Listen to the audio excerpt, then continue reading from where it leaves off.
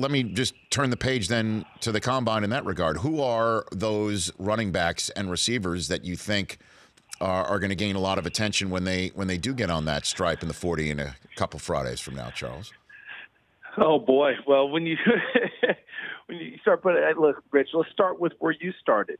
Philip Lindsay was a guy that we saw and identified, but as you noted, went through undrafted. You saw different things. You saw flashes. You saw, our colleague Terrell Davis didn't have the college career many, would have said, okay, this is why you go draft that guy. And he turns out to be a Hall of Famer. So it is a constant battle of which guy are we looking at, which guy are we trying to identify. So when you go back to it, let me tell you a couple of guys that I'm eager to see. All right, go for it. I'm eager to see Myles Gaskin from Washington.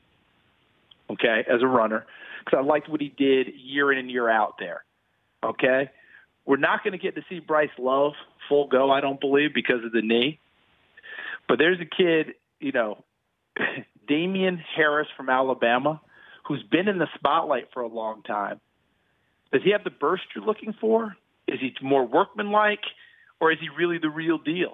Okay, the receivers. Let's be honest about it. That picture sent out about what was it, A.J. Brown from Ole Miss, or was it the other one? I mean, those two from Ole Miss are monsters, absolute monsters.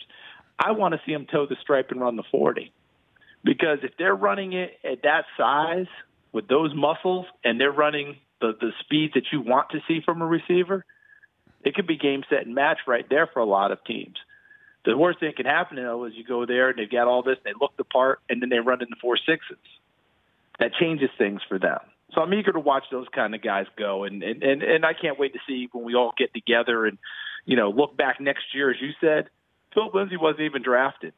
Were we even talking about him? That's the type of thing that happens every year when we not just at the combine, but after the draft and then through the season. Yeah, and you could say, obviously, we're now still less than a month away from the Patriots winning the Super Bowl, that Sony Michel was a crucial component. I mean, what he did in the playoffs and what he was able to do when healthy in the regular season, while the Patriots were doing their usual trying to get their footing thing during the regular season.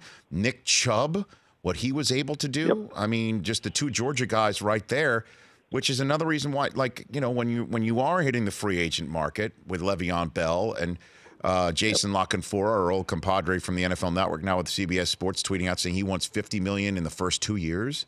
You got to really sit here and think. I know, right? You got to really seriously sit here and think about what you can do looking at these kids we're going to see next Friday in Indianapolis, right? Kareem Hunt was a third-round pick. So was Kamara out of Toledo, right? Kamara and Kamara. You look at Kamara. Remember, Kamara was, if he had stayed at Alabama, it's doubtful how much playing time he would have had, because they like those bigger backs. And then you move it on to he gets to Tennessee, and we don't recognize that he should be the lead back. Okay, he ends up playing that Texas A&M game, which really put him on the map, where he did everything. And then, of course, Sean Payton worked him out, and a lot of people worked him out and liked him. But Sean Payton was like, "Oh my God, he's ideal to play Joker for me. He's my Joker." Boom, and they ended up getting him in the third. What are we going to do with a kid like Benny Snell out of Kentucky, who's been ultra productive? I love him. I love him. Ultra productive guy. Where's he going to go? What about a Devin Singletary out of Florida Atlantic? This is going to be where the fun kicks in. But like you said, if you want to ask for $50 million over your first 2 years, and everybody's going, hold a second, I get running backs every round. I don't know that I don't know that excites a lot of teams. It just flat out does it. Chris Carson was a 7th-round pick for Seattle, guys. 7th round, and I'm not sure he even made all Big 12. You know what I mean?